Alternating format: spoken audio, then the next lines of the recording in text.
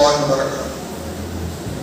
نحمده ونصلي على رسول الكريم أما بعد أعوذ بالله من الشيطان الرجيم بسم الله الرحمن الرحيم إن هو إلا ذكر للعالمين رب اشرح لي صدري ويسر لي أمري واحلل عقدة من لساني يفقهوا قولي.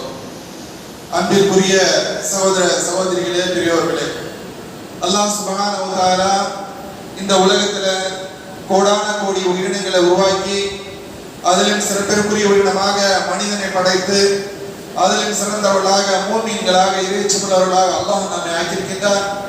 ஆகவே அந்த வல்ல நாயனுக்கே புகழ் அனைத்து முடித்தார்கள். அகில உலகத்திற்கு அருள்பொழி அனுப்பப்பட்ட முஹம்மது நபி ஸல்லல்லாஹு அலைஹி வஸல்லம் அவர்கள் மீதும் அவர்களின் குடும்பத்தார்கள் மீதும் சத்தியத்தை ஏற்றுக்கொண்ட நம்முடைய முன்னோர்கள் சஹாபாக்கள் நம் அனைவர்கள் மீதும் அல்லாஹ்வின் சாந்தியும் சமாதானமும் என்றென்றும் உண்டாகுமாக. அன்பிற்குரிய சகோதரர்களே, கொள்கையில உறுதியாக இருக்க வேண்டும். இஸ்திகாமத். இந்த இஸ்திகாமத்தை பற்றி அல்லாஹ் குர்ஆன்ல சொல்லும்போது சொல்கிறான், இன்னல் லதீன காலு ரப்புனா அல்லாஹ், என்னுடைய ரப்பு அல்லாஹ் என்று சொல்லி சும்மஸ்தகாமு, அதில் யார் உறுதியோடு இருக்கின்றார்களோ ததனஸ்ஸலு அலைஹிமுல் மலாயிகா, அவர்களுக்காக வானத்திலிருந்து விசேஷமான மலக்குகள் இறங்குகின்றார்கள். வந்து சொல்கின்றார்கள், அல்லாஹ் தகாஃபு, பயப்படாதீங்க, வலா தஹ்சனு, கவலைப்படாதீங்க, வ அபஷிரு பில் ஜன்னah, உங்களுக்கு சொர்க்கம் இருக்கின்றது, சந்தோஷம் அடைந்து கொள்ளுங்கள், அல்லதி குந்தும் துஅதுன், அது உங்களுக்காகவே வாக்களிக்கப்பட்டிருக்கிறது.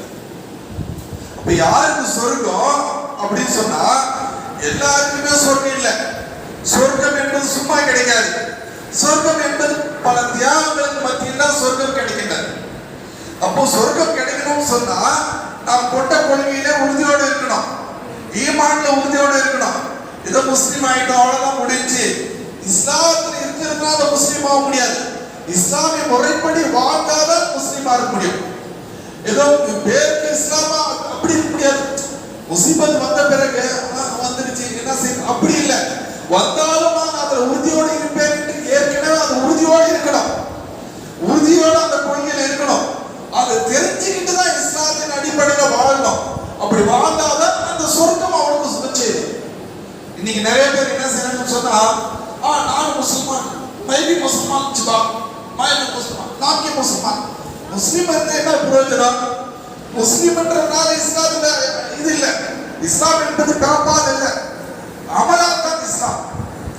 இமாம் அகீத் தஹாவி அவங்க சொல்றாங்க, தஸ்தீக் பில் லிசான் வ அமலு பில் ஜவார். நாவால் பேரளவு நான் முஸ்லிம் சொல்றது பெரிய விஷயம் இல்லை. என்னதான் பெரிய விஷயமா? வ அமலு பில் ஜவார், உடலால் செயல்படுத்தணும். அல்லாஹ் என்னென்ன சொல்லியிருக்கானோ அதன் அடிப்படையில் நம்முடைய வாழ்க்கையை நடைமுறைப்படுத்தணும். பல கஷ்டங்கள் வரலாம், பல துன்பங்கள் வரலாம், பல இடையூறுகள் வரலாம். இதெல்லாம் ஒதுக்கி தூரம் தள்ளிட்டு இதுதான் வாழ்க்கை, இதுதான் இஸ்லாம், இப்படிதான் வாழ சொல்லுது, நான் இப்படிதான் வாழுவேன், அப்படிதான் வாழணும். அப்படி வாழ்ந்தாதான் முஸ்லீம். இப்ப நிறைய பேர் நம்ம பார்க்கலாம், மாபி அல்லாஹ் கிட்ட வருதுப்பா அப்படின்னு நிறைய பேர். எனக்கு அல்லாஹ் பயம் இருக்கு. அல்லாஹ்வுக்கு கடவுள் பயம் இல்லாம யாராச்சும் மனுஷன் இருக்கானா? எல்லாருக்குமே கடவுள் பயம் இருக்கு. முஷ்ரிக்குகள் அவங்கள போய் கேட்டு பாருங்க, அவங்கள பத்தி பேசுங்க. சார் எனக்கு கடவுள் பயம் இருக்குது சார், மேல ஒருத்தர் இருக்கான் பார்த்துருக்கான் போங்க, அவனுக்கு கடவுள் பயம் இருக்குது. கடவுள் பயம் இருக்கு எல்லாருக்கும் பொதுவாகவே. ஆனா கடவுள் பயம் இருக்கிறத தவிர அந்த கடவுள் என்ன சொல்லி இருக்கிறார் அதை அப்படி அதன் அடிப்படையில் வாழ்றோமா, அதுதான் அந்த கேள்விக்குறி. ஆகவே இந்த இறைவன் ஒருவன் என்று ஏற்றுக்கொண்ட குறிப்பாக முஸ்லிம்களை பார்த்து அல்லாஹ் சொல்றான். என்ன சொல்றான் பாருங்க, யா அய்யுஹல்லதீன ஆமனூ, ஓ நம்பிக்கையாளர்களே. யாரை கூப்பிடுறாங்க? ஒரு யஹூதியை கூப்பிடல, ஒரு நசாராவை கூப்பிடல, ஒரு மஜூஸை கூப்பிடல, ஒரு முஷ்ரிக்கை கூப்பிடல. யாரை கூப்பிடுறான்? ஏய் ஈமான் கொள்ளோ, ஓ நம்பிக்கை உள்ளவர்களே. யா அய்யுஹல்லதீன ஆமனூ, ஓ நம்பிக்கையாளர்களே, ஹக்க துகாத்திஹி, ஹக்கான முறையில் அல்லாஹ்வை பயந்துக்கணும். அப்ப என்ன இருக்கணுமா? நாக்கி முஸ்லிமான் இருக்க கூடாது, காக்கி முஸ்லிமான் இருக்கணும். அப்ப என்ன, பேரளவில் முஸ்லிமா இருக்க கூடாது. எப்படி இருக்கணும்? உண்மையான ஹக்கான முறையில் இருக்கணும். அல்லாஹ் என்ன சொல்லி இருக்கானா அதை நீ உண்மையா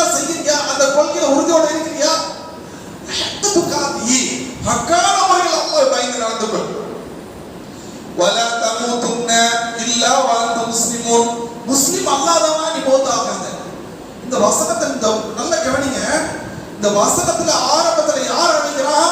முஸ்லிம் அழைக்கிறான். ஈமான் வாழவங்க அழைக்கிறான். ஓ மூமின்களே அப்படின்னு தான் அழைக்கிறான். காஃபிர், யஹூதி, நசாராக்கள், மஜூசி அழைக்கல.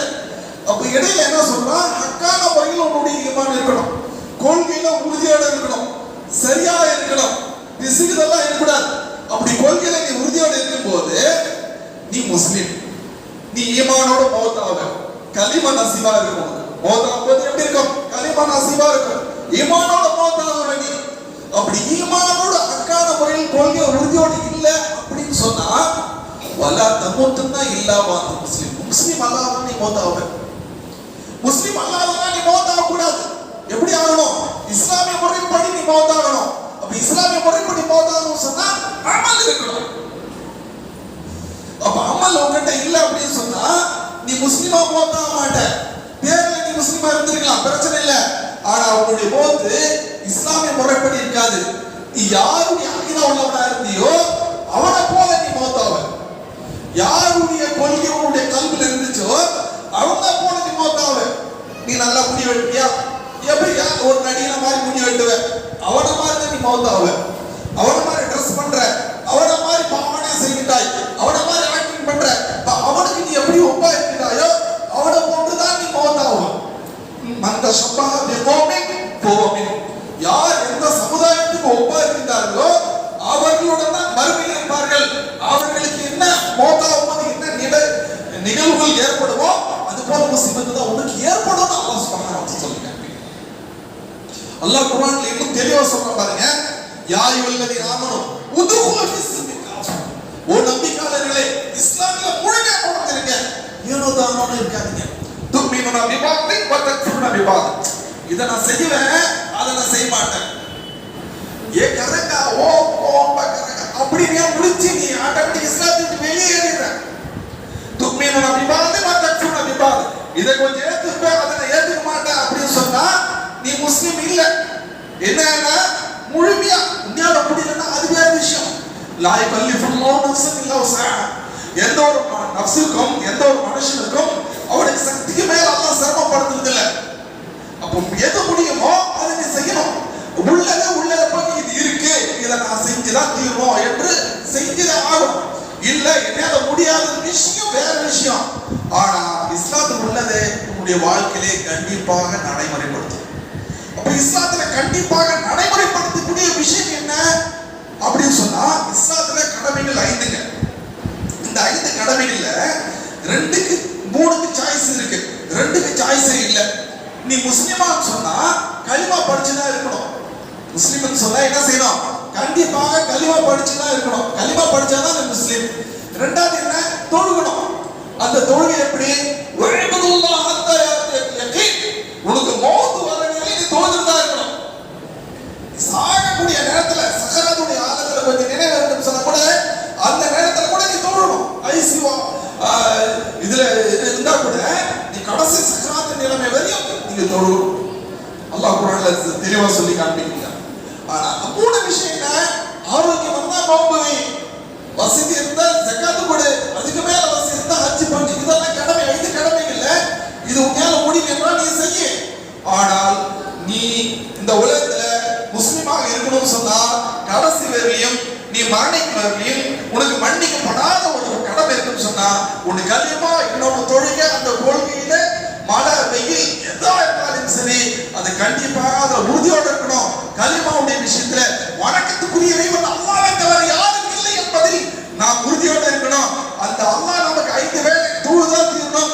அது எந்த நிலையா இருந்தாலும் சரி கண்டிப்பாக இறைவனுக்கு முன்னால சாஷ்டாங்கம் செய்து கொண்டே இருக்கணும், சிரம் அணிந்துகிட்டே இருக்கணும். அது மழையா இருந்தாலும் சரி, வெயிலா இருந்தாலும் சரி, குளிரா இருந்தாலும் சரி அது செஞ்சுக்கிட்டே இருக்கணும். அது கொள்கையில உறுதியோட. ஆகவே தான் அல்லாஹ் சுப்ஹானஹு வ தஆலா சொல்லி காண்பிக்கிறான், நாக்கிய முஸ்லிமான் இருக்காதீங்க, காக்கிய முஸ்லிமான். ஏன்னா உண்மையான முஸ்லிமா இருங்க. உதுகுலு ஃபிஸ்ஸில்மி காஃபா. இஸ்லாத்துல பரிபூர்ணமா நுழைஞ்சிருங்க. இன்னும் அல்லாஹ் சொல்றான், யா அய்யுஹல்லதீன ஆமனூ கூனு மஅஸ்ஸாதிகீன். ஓ நபியாளர்களே, இந்த மார்க்கத்தை யார் உண்மைப்படுத்துகின்றார்களோ அவர்களுடன் இருங்கள். போலியான முஸ்லிம்களோட இருக்காதீங்க. நம்ம என்ன நினைக்கிறோம் சொன்னா பேர் வச்சுக்கணும் வச்சுங்க வச்சுங்களேன், அப்துல்லா நான் முஸ்லீம் ஆயிட்டேன், இல்லப்பா முஸ்லீம் ஆயிட்டியா, முஸ்லீம் ஆயிட்டேன், சுன்னத் பண்ணிட்டியா, சுன்னத் பண்ணிட்டேன், அப்போ சுன்னத் பண்ணிட்டு பேர் மாத்திட்டா முஸ்லீம். இதெல்லாம் இஸ்லாம் இல்லைங்க. இந்த மாதிரி முஸ்லீமுங்க நபிகள் நாயகம் ஸல்லல்லாஹு அலைஹி வஸல்லம் காலத்திலையும் ஏமாற்றத்துக்கு வந்திருந்தாங்க சில பேர். அல்லாஹ் குர்ஆன்ல காலகாலமா இந்த மாதிரி மக்கள் இருப்பாங்க என்பதற்கு ஏற்கனவே அல்லாஹ் முன்கூட்டியே சொல்லிட்டான். காலத்தில் ஆராபா ஆமன்னா, நாட்டு ஒரு அரபிகள் வந்து சொன்னாங்க, ஆமன்னா நாங்களும் முஸ்லிமான், அப்தி முஸ்லிமான் பை அப்படின்னு சொன்னாங்க இல்லையா, நானும் முஸ்லீம் தான் அப்படின்னு வந்து சொன்னாங்க. அல்லாஹ் சொல்றான், குல் நபியே நீங்க சொல்லுங்க, லம் தும்மி நீங்கள் மூமின்கள் இல்லை, வலக்கின் கூலு அஸ்லம்னா முஸ்லிமின் பேர் வச்சுக்கிட்டு சொல்லுங்க. ஏன் சொன்னா வலப்பா எதகுல் ஈமான ஃபீ குலூபிக்கும், உங்களுடைய கல்புல ஈமான் நுழையல. கல்புல ஈமான் இல்லப்பா, தோற்றத்துல தான் ஈமான் இருக்கு, கல்புல ஈமான் இல்ல.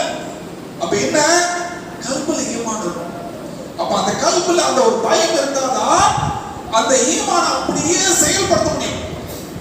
ஒரு பொண்ணுக்காக ஒருத்த உயிரை கொடுக்கறதுக்கு தயாராகிறோம் எப்படிங்க, அப்ப அந்த பொண்ணை பார்க்கலன்னா அதுக்குறான் சில பேர் லவர்ஸ். அப்ப என்ன, அது அந்த பொண்ணை மேல அப்படியே அவன் அப்படியே இதாயிரம் தன்னை அர்ப்பணிப்பதற்கு. சாதாரண அற்பமான ஒரு குழந்தைய பெற்றுட்டு ஒண்ணுமில்லாம போற அந்த பொண்ணை பார்த்து இவ்வளவு பயங்கி உயிரை கொடுக்கறதுக்கு தயாரா இருக்கிற ரப்புல் ஆலமீன் உங்களுக்கு உடலை கொடுத்திருக்கான், உயிரை கொடுத்திருக்கான், அழகான தோற்றங்களை கொடுத்திருக்கான், ரிஸ்கை கொடுத்திருக்கான், ஹயாத்தை கொடுத்திருக்கான், இந்த வாழ்க்கை பிற ஒரு வாழ்க்கை நிரந்தரமான வாழ்க்கை சொர்க்கத்தை அவன் கொடுக்க இருக்கிறான். அந்த ரப்பை பற்றி கொஞ்சமா யோசனை பண்ணி மாட்டீங்களா? அவனை பத்தி சிந்திக்க மாட்டீங்களா? அவனை பத்தி என்னுடைய ரப்ப எப்படிப்பட்டவன் என்று நீங்க நினைக்க மாட்டீங்களா? அன்பிற்குரிய சகோதரர்களே, ஆகவே படைத்த இறைவனை பற்றி அவனை நாம் நினைத்து எந்நேரமா அவனுக்கு நன்றி செலுத்தக்கூடியவனாக இருக்கும். இது இன்னொரு பகுதி இருக்காங்க, கொஞ்சம் பேர் இஸ்லாத்துக்கு வந்துடுறாங்க. இஸ்லாத்துக்கு வந்து அல்லது முஸ்லிம்கள் பரம்பரை முஸ்லிம் கூட 5 வேளை தொழுவாங்க, எல்லாம் பர்ஃபெக்ட்டா செஞ்சிடறாங்க. செஞ்சிட்ட உடனே அவங்களுடைய மனசுல ஷைத்தான் ஒரு ஊசலாட்டத்தை ஏற்படுத்தி விடுறான்.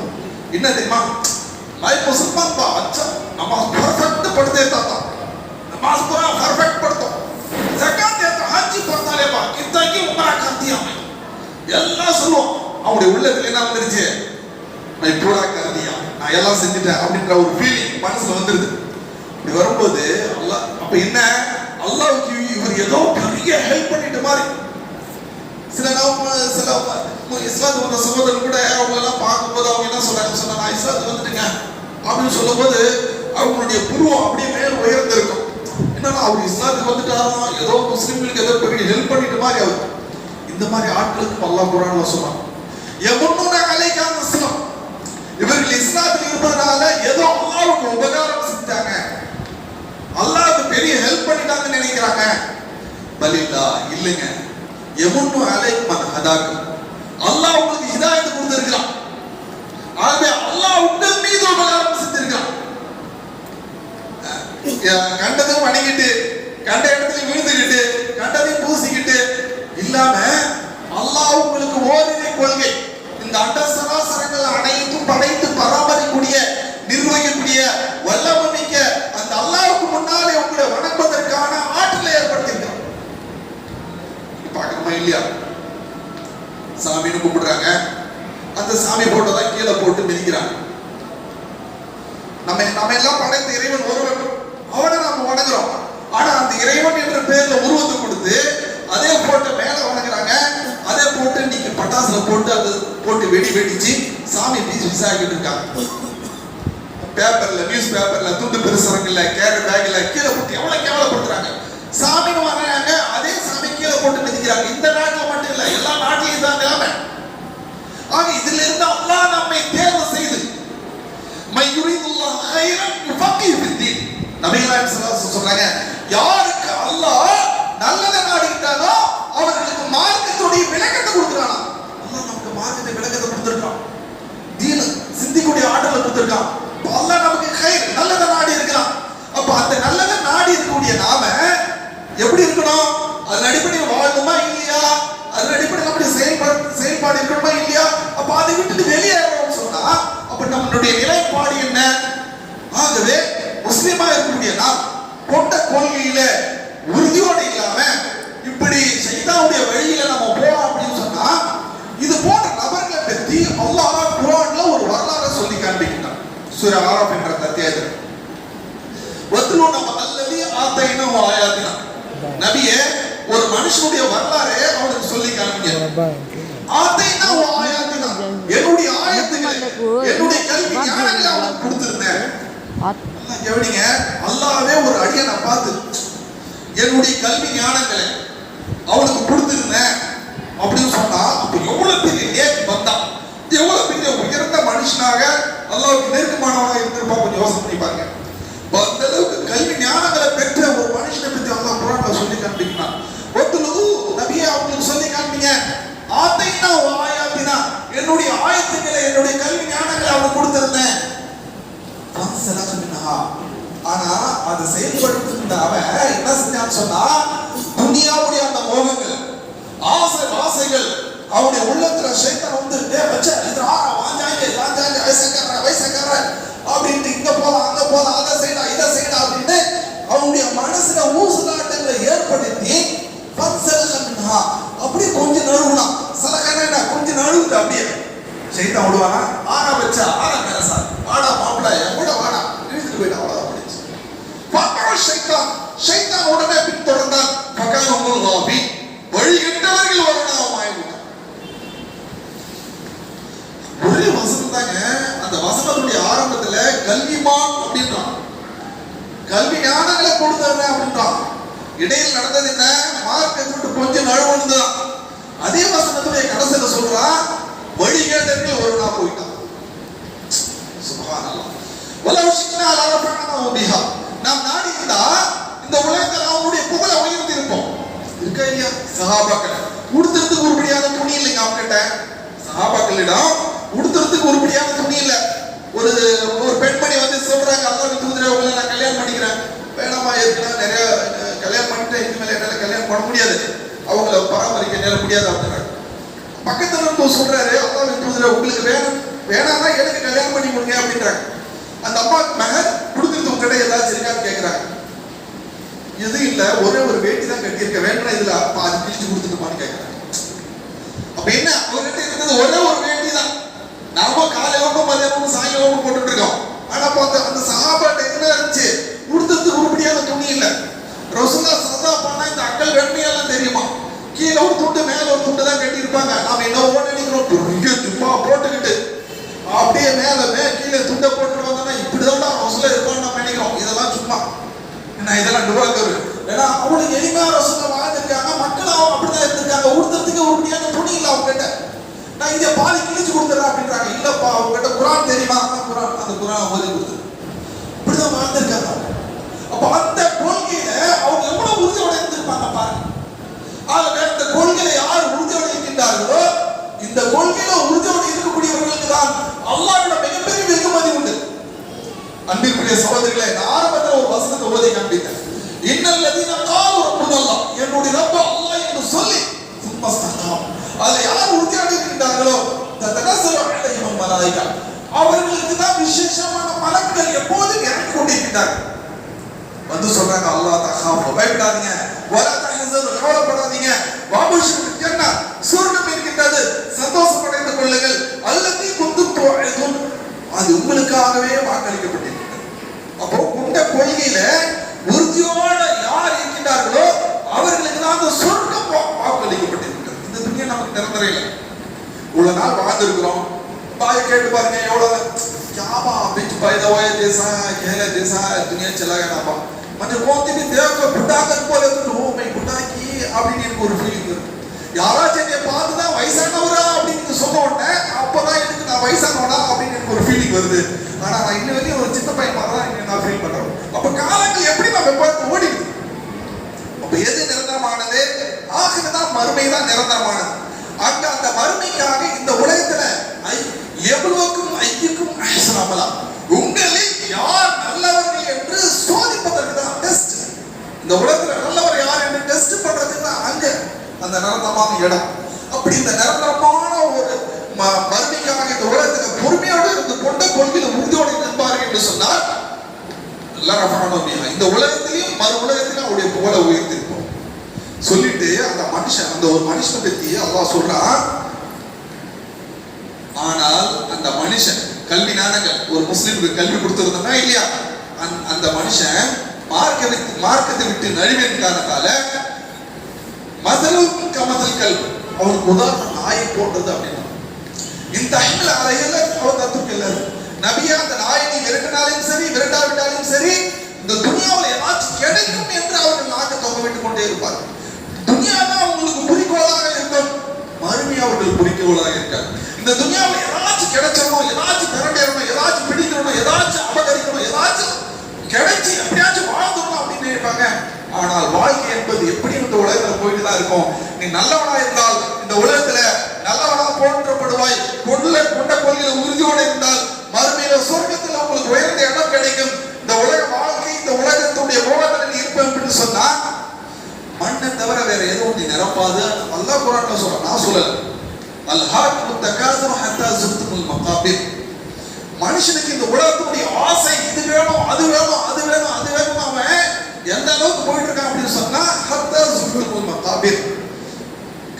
கபரை சந்திக்கும் வரை, கபர்ல வாயில மண்ணலி போடு வரை இந்த உலக ஆசை இருந்துகிட்டே இருக்கும். ஆனால் மறுமையோடைய ஆசை, அல்லாஹ் மீதுடைய பற்று, கொண்ட கொள்கையில உறுதியோட இருந்தேன்னு சொன்னா அல் பாக்கியாத்து ஸாலிஹாத்து கைரு இன்த ரப்பிக தவாபு வ கைரு அஹ்ஸன.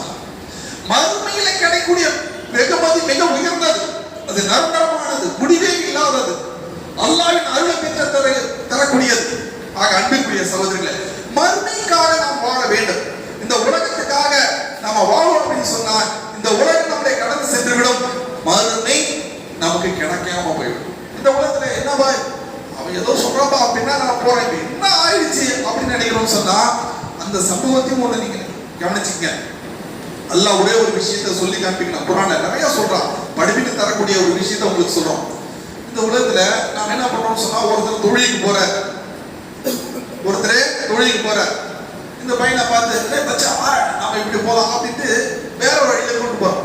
அவன் என்ன பண்றான், டிசைனா கட் பண்ணிட்டு ஒரு மாடலா போறான், அந்த பக்கம் போறான். இன்னொரு பையன் என்ன பண்றான், மதரசாக்கு பள்ளிவாசலுக்கு போறான், தொழிலுக்கு போயிட்டு இருக்கான். இப்ப தொழிலுக்கு போறான் அப்படின்னு சொன்னா மறுமையில எங்க இருப்பாங்க, சொர்க்கத்து உயர்ந்த இடத்துல இருப்பான் இல்லையா? அல்லாஹ்வை பார்க்கக்கூடிய பாய்க்கு அவனுக்கு கிடைக்கும். இல்ல அப்படின்னு சொன்னா மறுமையில அவனுடைய நிலைமை என்ன? இந்த மாதிரி இந்த உலகம் வாழ்க்கை நான் போயிட்டு இருக்கும் இல்லையா, அவங்களுடைய நிலைமை பற்றி அல்லாஹ் குர்ஆன்ல அப்படியே சொல்றான். யௌம தவல்ல புஜூஹும் ஃபின்னார். மறுமையில அவனுடைய முகத்தை போட்டி போட்டி பொசக்கும் நேரத்துல அவன் சொல்வானா, யாலைத்தனா அதான் அல்லாஹ் வாதான ரசூலா, ஓ கைசேதமே அல்லாஹ்வும் அவருடைய தூதருக்கும் நாங்கள் கட்டுப்பட்டு இருக்க வேண்டுமே, இந்த மார்க்கத்தின் அடிப்படையில் என்னுடைய வாழ்க்கை நாம அமைத்து இருக்க வேண்டுமே, அதான சாதத்தன ஒகுபரான பாவல்லுன சபீலா. எங்களுடைய முன்னோர்களுக்கும் எங்களுடைய பெரியவர்களுக்கும் எங்களுடைய தலைவர்களுக்கும் அவங்க சொல்ற பேச்சு தான் பெருசு, அவங்க பின்னால வாழ பிடிச்சிட்டு போயிட்டு இருந்தேன் அப்படின்ட்டு அங்க கதறுவானா. நரகத்தில் அவங்க புரட்டி புரட்டி பொசுக்குமா நேரத்தில் இப்படி கதறுவானா. அப்ப அந்த நேரத்துல நரகத்தில் உள்ளவர்கள் கேட்பாங்க, ஏன்டா இங்க வந்து நீ பேசுற, ஏன் இங்க இவ்வளவு புலம்புற, இந்த உலகத்துல யாரும் உங்களுக்கு இதை பற்றி சொல்ல வரலையா அப்படின்னு சொல்லும் போது அந்த நரகவாசி சொல்லுவானா, ஆமா பலா வந்தாங்க, பக்கத்துல தான் நான் தான் உதாசீனப்படுத்திட்டோம், இப்படியே சொல்லுவாங்க சொல்லிட்டே இருப்பாங்க அப்படி நான் தான் உதாசீனப்படுத்திட்டோம். அவங்க சொல்றதை கேட்டு நான் கிலோ சிந்தித்திருந்தா நரகவாசிகளா நாங்க இருந்திருக்க மாட்டோமே. அதே சத்தம் பக்கத்துல இன்னொருத்தான் கத்திட்டு இருப்பானா, யாரா இது எங்க கேட்ட பொருளா இருக்கு அப்படின்னு திரும்பி பார்ப்பானா. பார்த்தா ஆரம்பச்ச பிலிம் ஜாங்கின்னு போனா இல்லையா, அவன் இருப்பான். ஆரம்பச்ச கிரிக்கெட் கேளுங்க அப்படின்னு போனா இல்லையா, அவன் பக்கத்துல இருப்பானா. வாடா மாப்பிள்ள போலாம் சினிமாவுக்கு கிரிக்கெட் அப்படின்னு இழுத்துட்டு போனா இல்லையா, அவன் பக்கத்துல இருப்பானா. அரசியல் சினிமா அது இதுன்னு யாரெல்லாம் பின்பற்றினாலும் அவன் இவனை யார் வெடிக்கிறானோ அவங்க இருப்பானா. அவனும் இதே போல கத்திட்டு இருப்பான். பாவி நீயா, உன்னை பார்த்துதான்டா நான் வழி கேட்டேன், நீ இங்கதானே இருக்க தெரியலையே. அப்ப அல்லாஹ்ட்ட சொல்றான், அல்லாஹ் அவனுக்கு 2 மடங்கு வேதனை கொடு. அல்லாஹ் அவனுக்கு 2 மடங்கு வேதனை கொடு. ஒண்ணு அவன் கெட்டு போனது, இன்னொன்னு என்னை கெடுத்ததுக்கு. அவனும் கெட்டு என்னைய கெடுத்துருச்சு, அதை 2 மடங்கு வேதனை கொடு. அதுக்கு அல்லாஹ் சொல்லுவான், குல்லுஹும் லைஃபைன் மினல்லா, உங்கள் அனைவருக்கும் 2 மடங்கு வேதனை தான். ஏன் சொன்னா அவனை பார்த்து நீ வழி கேட்ட, உன்னைய பார்த்து இன்னொரு வழி கேட்டான்.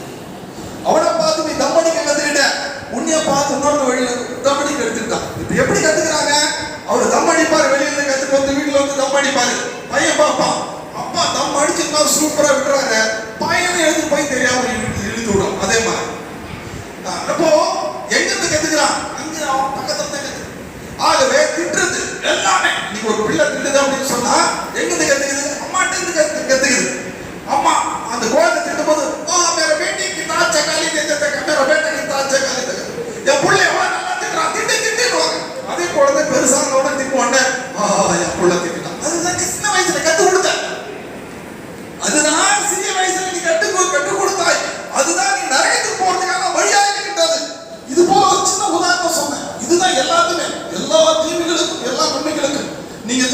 அந்த குழந்தை தொழும்.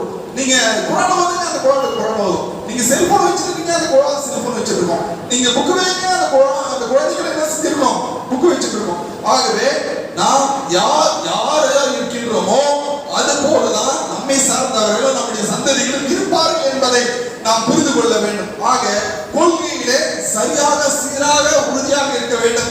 அப்படி இருந்தால்தான் மறுமையில அல்லாஹ்வை பார்க்கக்கூடிய பாக்கியங்கள். எல்லாம் சொர்க்கத்தில் இருப்பாங்க, எல்லாரும் சொர்க்கத்தில் இருப்பாங்க. சொர்க்கவாசிகள் சொர்க்கத்துக்கு போயிடுவாங்க, நரகவாசிகள் நரகத்துக்கு போயிடுவாங்க.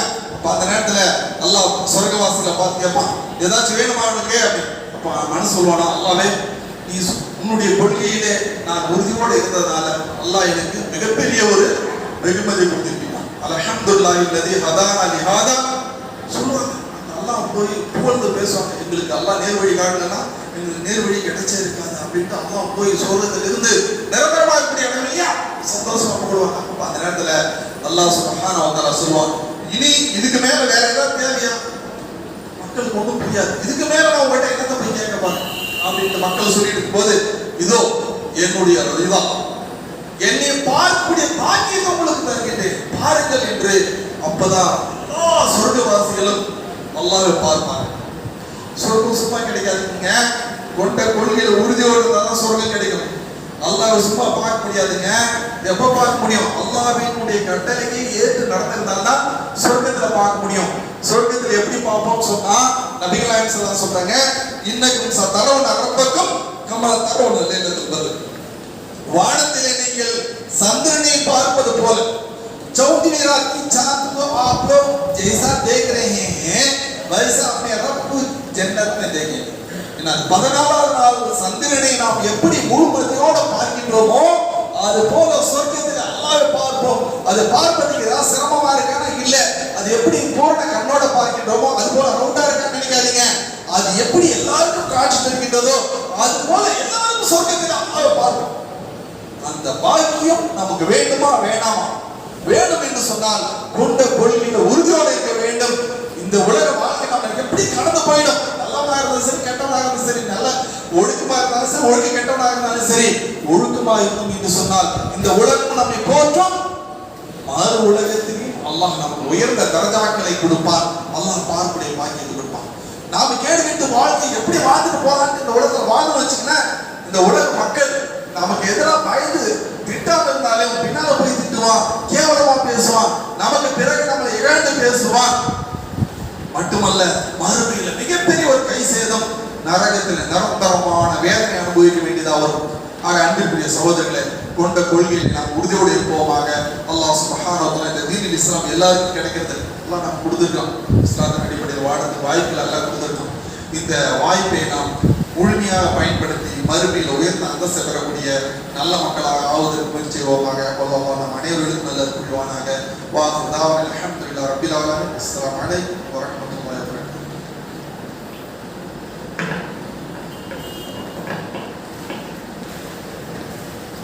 ஜஸாக்கல்லாஹு கைரன் ஷுக்ரன். சகோதரர்களே, இன்ஷா அல்லாஹ் ஸர்வருடைய தொழிலை